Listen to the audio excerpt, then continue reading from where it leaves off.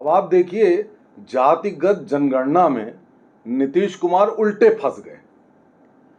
इन्होंने जातिगत जनगणना इसलिए कराई कि भाई जिसकी जितनी संख्या भारी उसकी उतनी हिस्सेदारी।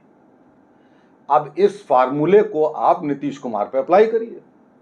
तो नीतीश कुमार जिस कुर्मी समाज से आते हैं वो हार्डली 2.5% इस सर्वे में आया है।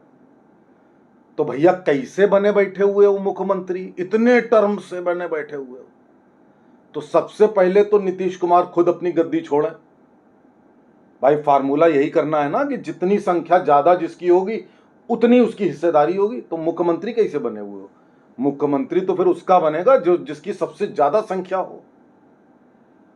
और मैं आपसे कहता हूं कि बिहार ही क्यों, अब चूंकि ये जातिगत जनगणना की बात सोनिया गांधी ने भी कह दी पार्लियामेंट में, जितने हैं आपके इनके घटक इंडिया अलायंस के सबने कह दी, तो मैं कहूंगा भैया ये फार्मूला पूरे देश में अप्लाई कर दो, एक बार कर दो, ताकि कहते हैं ना कि जिस चीज को समाप्त करना है उसकी अति कर दो।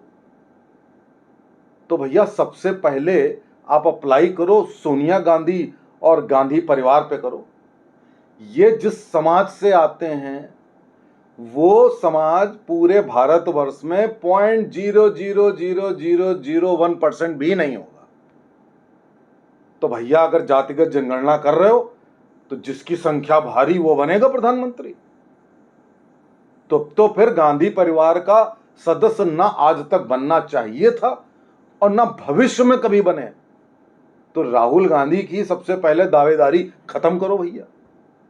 हमारा तो सही है, हमारे मोदी जी उस समाज से आते हैं जिस समाज के सबसे ज्यादा लोग हैं, तो हमारी बात तो आप छोड़ दीजिए।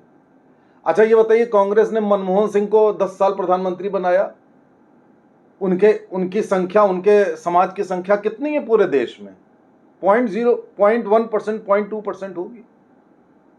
आपने 10 साल के लिए बना दिया। आप मध्य प्रदेश में कमलनाथ को बना रहे हो, बना भी चुके हो, कितने परसेंट है उनका समाज? दिल्ली में केजरीवाल बनता है मुख्यमंत्री, तो आप जरा बताइए कि ये जो हरियाणा के बनिया समुदाय हैं वो दिल्ली में उनकी परसेंटेज मेरे ख्याल से 1.5-2% से ज्यादा नहीं होगी। कैसे मुख्यमंत्री बने बैठे हुए हैं और कह रहे हैं कि जातिगत जनगणना होनी चाहिए?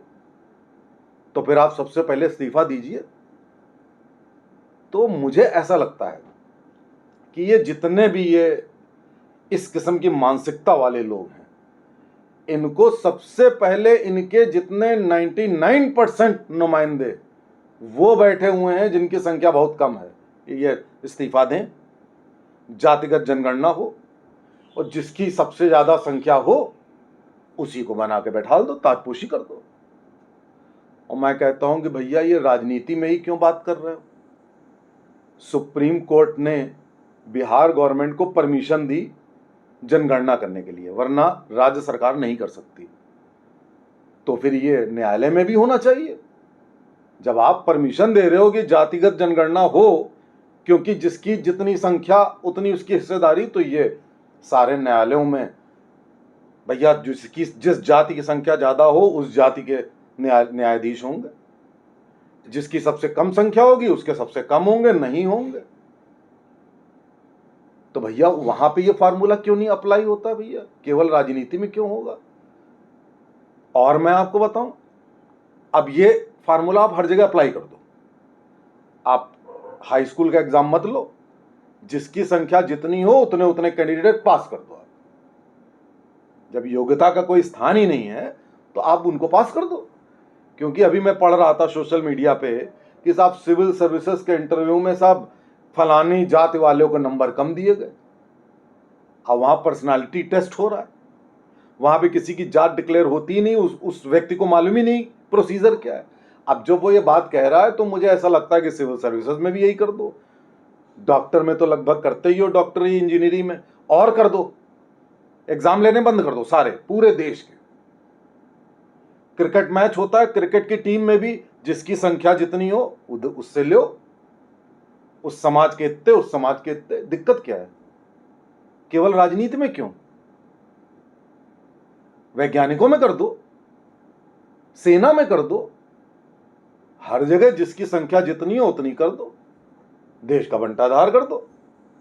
तो ये जो डिविसिव पॉलिटिक्स है, हिंदुओं को बांटने की पॉलिटिक्स जो ये नेता कर रहे हैं, और इन नेताओं में कोई योग्यता नहीं है, इन योग्य लोगों में, ये केवल संख्या बल पे वोट लेकर, क्योंकि ये एक दुर्भाग्य है कि आप अपने जाति के आदमी को वोट देते हो, दुर्भाग्य है कि नहीं? उसकी योग्यताओं से मतलब नहीं है, वो हमारी जात का है, दे दिया। जैसे कि आप शादियां कर रहे हैं, तो अगर ये मानसिकता है तो एक बार सब करके देख लो, मैं कहता हूं, तब आप कहोगे कि असली प्रजातंत्र है भाई, कि फलाने समाज के इतने % लोग हैं तो उतने होंगे भाई साहब।